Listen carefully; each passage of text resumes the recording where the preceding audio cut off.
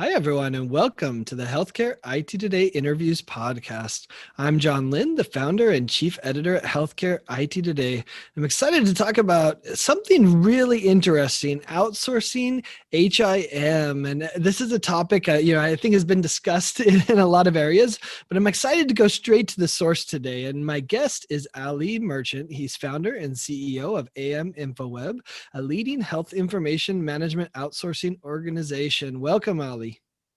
Thank you so much. Thank you for having me over the show. Yeah, so I'm excited to learn about this topic. I think there's a lot of myths about this topic here in the US. So I'm excited to really hear from someone who's doing this in the day to day. But before we dive into that, tell us a little bit about yourself and AM InfoWeb. So we founded AM InfoWeb in 2008. We are a health information management outsourcing organization. If I had to explain this in much more simpler terms, given it's a niche topic, uh, we basically serve companies in the US that work for insurance carriers, law firms, and healthcare providers.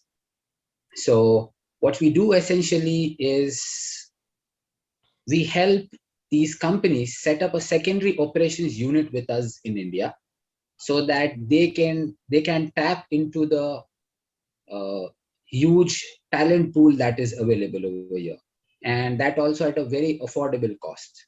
Secondly, what we do is we have been doing this for the past 12 years now with companies across US. So we help them so we know all the best practices, right? So we help them re-engineer their processes, weed out any inefficiencies in their operations, and basically boost their productivity. Third thing that we do is there are a lot of mundane tasks in any operations. So as and when and if required, we help them automate those tasks. So we specialize in supporting record retrieval companies. We specialize in supporting release of information organization, so on and so forth. So I think that is how I would categorize it. Yeah, that's great. And I think we can't have a conversation without some mention of COVID, I think, in this times. But why are people really looking to you and looking to outsource their health information management, their HIM functions amidst COVID? Is it about efficiencies? What's the motivation that you kind of see from organizations you're working with to leverage your services? I think that's a great question. Actually, as a company, our understanding is that most of the companies have already embarked on the journey of outsourcing with offshoring. Uh, yes, what has drastically changed due to COVID is that earlier their plan was to transition most of their processes to us in the next 2 to 3 years. But what has happened due to COVID is that timeline has drastically shrinked to 6 months to 12 months. Yes, there are some new people that are embarking on this journey, and for the shrinkage in the timeline and the new people embarking on this journey, there are a couple of reasons what we have understood as a company. But the three main reasons that we feel is: one, the pandemic has induced a certain type of volatility, and business 101 says that if you want to protect your business against volatile situation, you need to have your fixed cost at the lowest. Now, one of the major benefits of outsourcing is the cost arbitrage in terms of paying the people.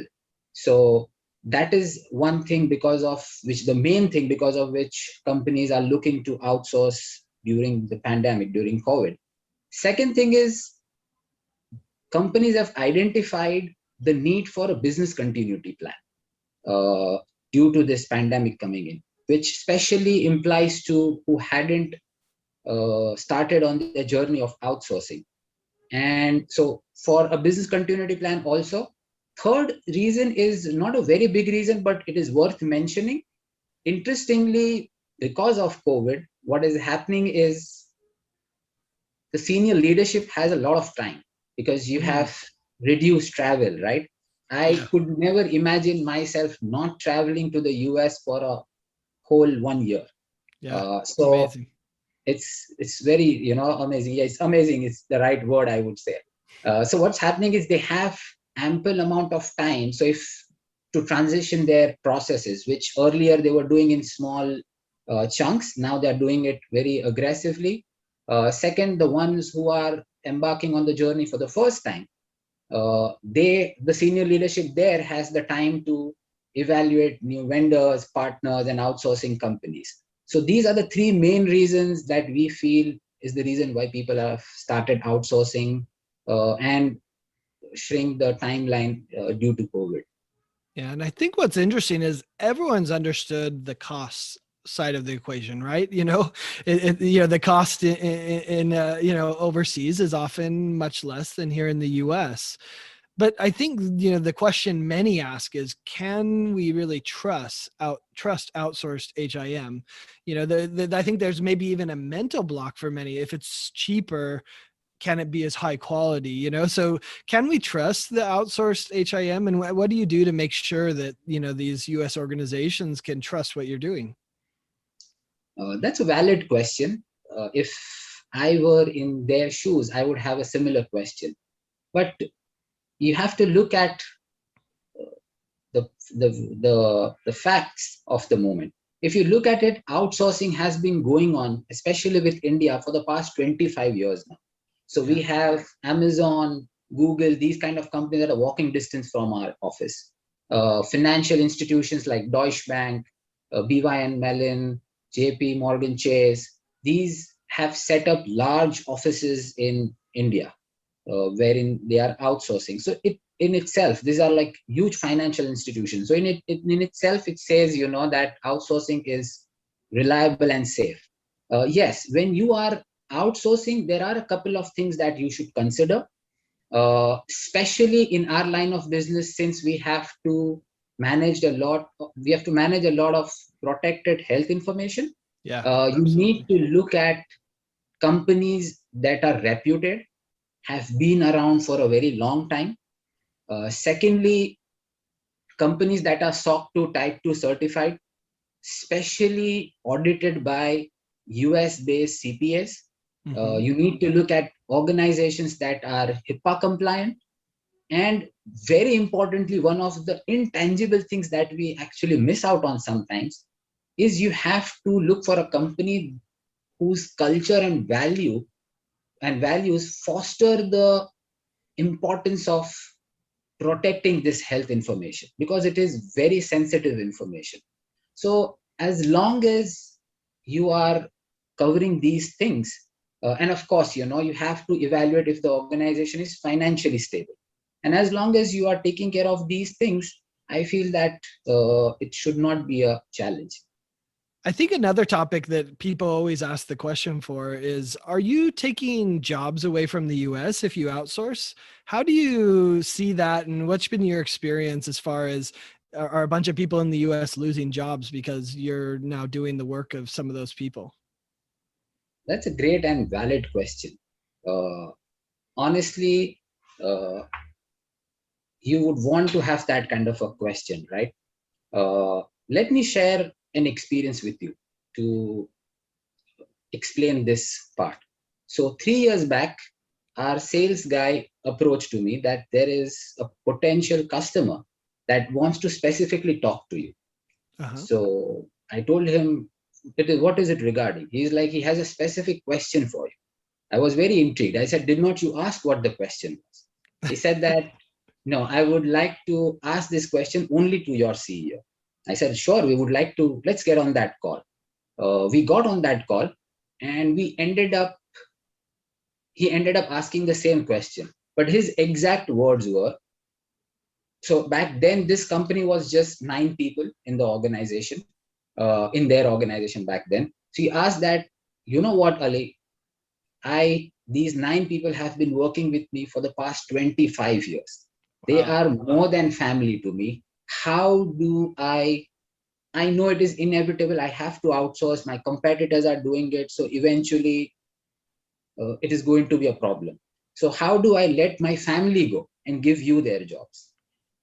I respect this guy for two main reasons. First reason is that he has that kind of a moral compass. If I was in his place, I would also have that kind of a thought process. So I respected him for that question. One.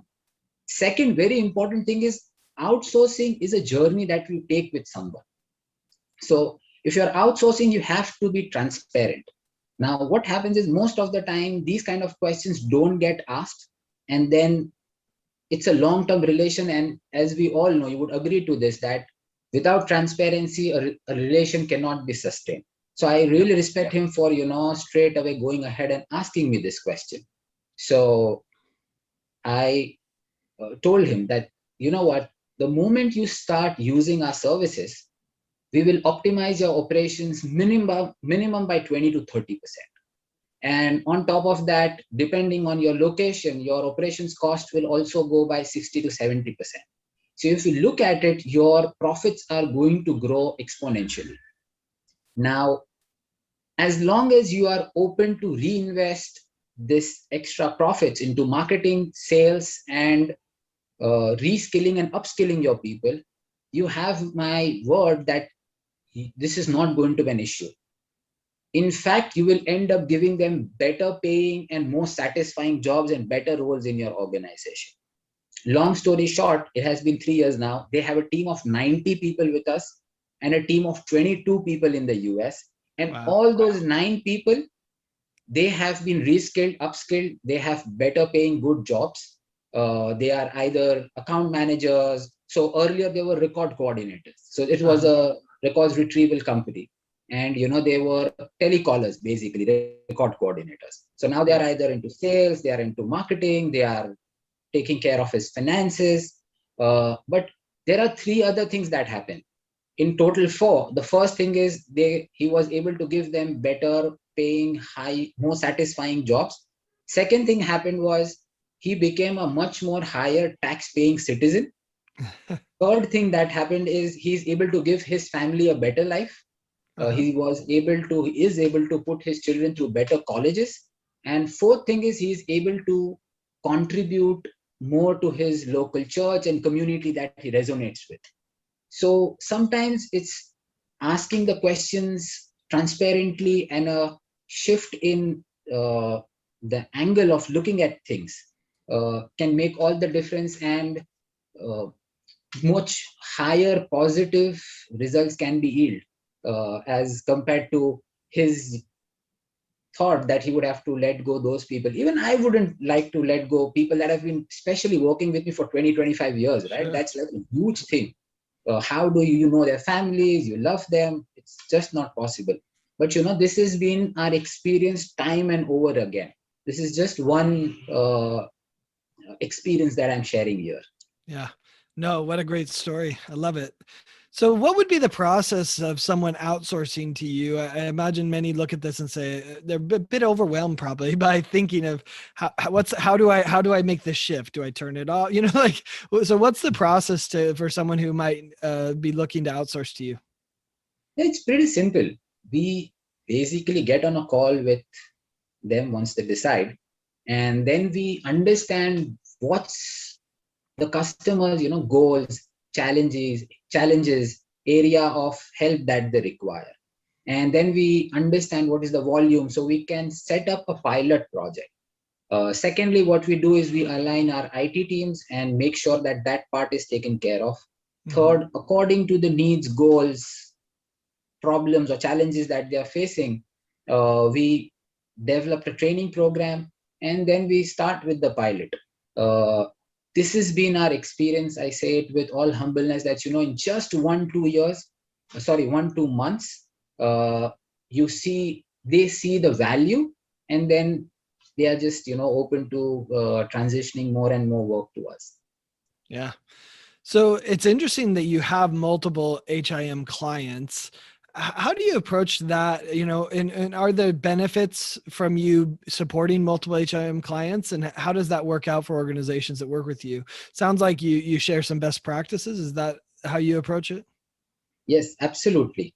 uh, let's put it this way, that if you are looking forward to hire someone on your team, right?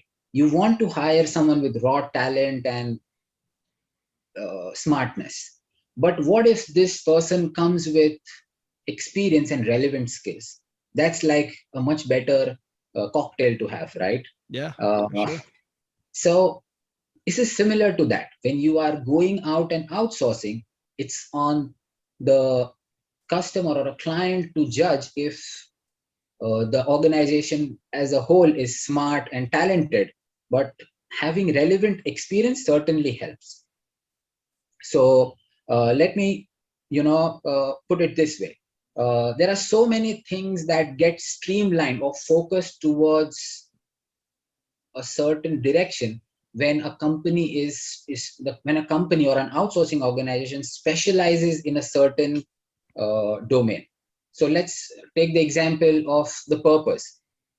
The base or the base of any organization is its purpose. Now, if we were, say, for example, vanilla outsourcing, so we are supporting travel industry, we are supporting supply chain management, we're supporting healthcare, we cannot have a very focused purpose. Then it would be a very, vanilla kind of normal purpose. So because we are a niche company that is only targeted towards health information management, we get to have a purpose like so our purpose, let me explain that, is that we aim to reduce the operation costs of our customers so that they can forward that benefit to their customers. So eventually the end customer wins over here, which would be patients, plaintiffs, and so on and Yeah, so forth. it's great. Uh, our goal is that we play our part in making uh, justice, making legal services, which means justice for an individual, in making insurance services, which means security for an individual, in making your healthcare services, which means health for an individual, affordable to everyone by doing this. Let me again, share an example over there. So let me put it this way. Our people, if you look at them, every single of our people knows that when they come in the office, they're not just working on a single medical record. Every record, every file, it is a person altogether. And Hmm. whatever action they take today is going to make or break someone's life. When we initially train people, we kind of instill this sense of purpose in them.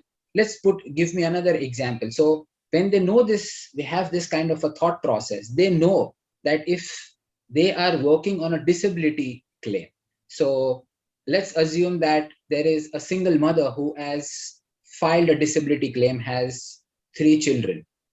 Our guy knows that, if we are supporting a records retrieval company, we need to retrieve the records on time.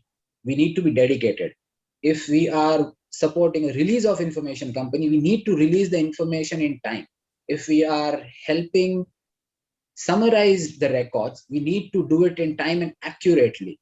That is the only way this lady is going to get her disability claim on time and basically get it. So they know that if they don't do their job well, she will not be able to put food on the table for her 3 kids. But if they do it well, then that's the case. So when you have this guy, and it is only possible when you are working with a niche organization. So, and when they have this kind of a thought process or this kind of a purpose, they are inspired. And when someone is inspired, the best of work happens, the best of decisions are yield. Uh, and I think, the level of, so having that kind of a targeted approach gives you a lot of edge. Let me, say this, that whenever we get a new customer on board, they are always, most of the times, that skepticism is there. Sure. But once or 2 months down the line, when they see the level of productivity, the value add that is there, it would not be an exaggeration to say they are literally surprised, even shocked. We tell them is that we have inspired employees. So it's not that, so money can motivate someone, but only a purpose like this can inspire people, right? And that's how that extra edge is there. And in today's world, companies need that extra edge to survive, let alone prosper. So that is the kind of advantage. Then your recruitment process, your training process, it all gets kind of very targeted when it's a niche outsourcing company. And of course, then your the main advantage is that because we have been working for the last 12 years across with multiple organizations, we know all the best practices. And that's how we help our customers re-engineer their processes, which results in extraordinary output and productivity. So these are a couple of things, and then there are so many other things, the values and your mission and all this kind of get targeted, and all that collectively creates results that is exponential. Yeah. I think it's all about culture, and I love the idea of sharing best practices. Especially, many of these organizations have been doing it for so long. Just having fresh eyes to help them see something new is really interesting. Um, you talk about some of the skepticism of some organizations here in the US. I think with the other one that, a lot of people talk about is the question around, will it hurt a healthcare organization's reputation having calls from India to their patients? Because in many cases, you have to call the patient to interact with them. So, what's your response to them as far as, will it hurt the organization's reputation having those people from India call? So I would say that certainly not. First thing is that generally our specialization is supporting record retrieval companies and release of information companies. So most of the time we end up calling healthcare providers and payers. Mm-hmm. Second thing is a lot of work is non-voice again. Uh, but yes, in certain instances we do have to call patients and plaintiffs.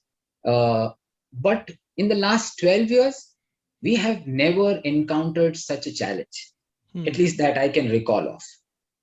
And the reason is it's a very conscious effort. So it all starts from recruitment and training, right? On the recruitment part, we hire only people that have a minimum 3 years of experience working with a US based process. And once they are in, comes the part where we give them training. So we give them extensive voice and accent training, which is obviously for obvious reasons. Secondly, again, is the culture part. We train our people extensively on the culture side. So let me give you an example why. Culture in terms of US culture.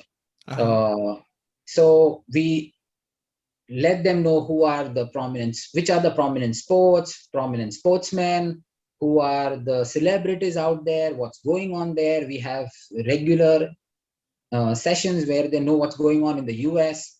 And why is it important? Let's suppose one of the services that we provide is supporting record retrieval companies. Yeah. Now, in that service, one of the major share of the business or the work is where we have to reach out to healthcare providers, hospitals, medical facilities, and we need to retrieve the records, help retrieve the records, right?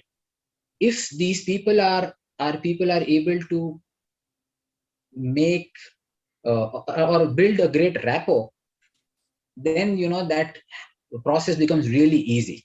So Uh-huh. as long as they know the culture, they can build that rapport. So I think we extensively, so as I said, we hire experienced people, then we give them voice and accent training, then training in terms of culture. So I don't remember ever someone coming back and saying that I had calls coming from India. They just don't recognize it. Yeah. I think it's interesting how it's become so ubiquitous. I think we're almost used to it now. As we wrap up, there's one other interesting area that I wanted to talk to you about. And I think this is happening across all of healthcare. And that's really trying to find the balance between people and technology. I mean, I think you're in a unique position where people is less expensive than it is here in the US. So, you have I think, unique perspective on this. But how do you approach that balance between the people side and the technology side? And how do you work that into your processes? I think any organization's decisions or approach is all based on their purpose and values. Uh, our purpose is to make as I mentioned earlier, make healthcare, legal services, and play our part in making, healthcare, legal services, and insurance services affordable to everyone. So Mhm. we are always leaning towards the future, which means that we are always actually, more and more inclined towards digitizing and automizing things to make things quicker, faster, cheaper, right? Secondly, I would say that it's all about, at the end of the day, upskilling and reskilling your people. Hmm. Uh, as long as you are open to upskill and reskill them, I don't see, or my experience has been, it's never a challenge. Like that balance comes in with that conscious effort in position. So, like you look at it this way, that today every organization has to be on a self-kill mode, especially outsourcing companies, because what we're telling essentially is, you know what, let us support you, or let us set up your secondary operations here. We have the culture and best practices of a great outsourcing organization, and we will help you improvise. So we always have to be, on a self-kill mode. It's like Uber, right? They are on a self-kill mode. They are investing heavily in self-driving cars. Why is that? Because if someone else comes with that before them, they would be out of business. Like it's a huge corporation, but it will be a big challenge. So that's how we look at it. We are always leaning in the future, automating stuff, digitizing, leaning towards technology, but we keep upskilling and reskilling our people to make sure that they don't lose out on any opportunity or potentially face any challenges. Ali, I appreciate you taking the time to share this. As we've kind of talked about, there's a lot of people that know they need to go this direction, and there's a lot of misunderstanding and lack of understanding about what the process is and what the advantages, the disadvantages, challenges are. So thanks so much, Ali Merchant, for sharing your insights and perspectives, and thanks everyone for watching. If you want to find more great health IT content like this, be sure to check it out at healthcareittoday.com. Thanks, Ali. Thank you. The pleasure is mine.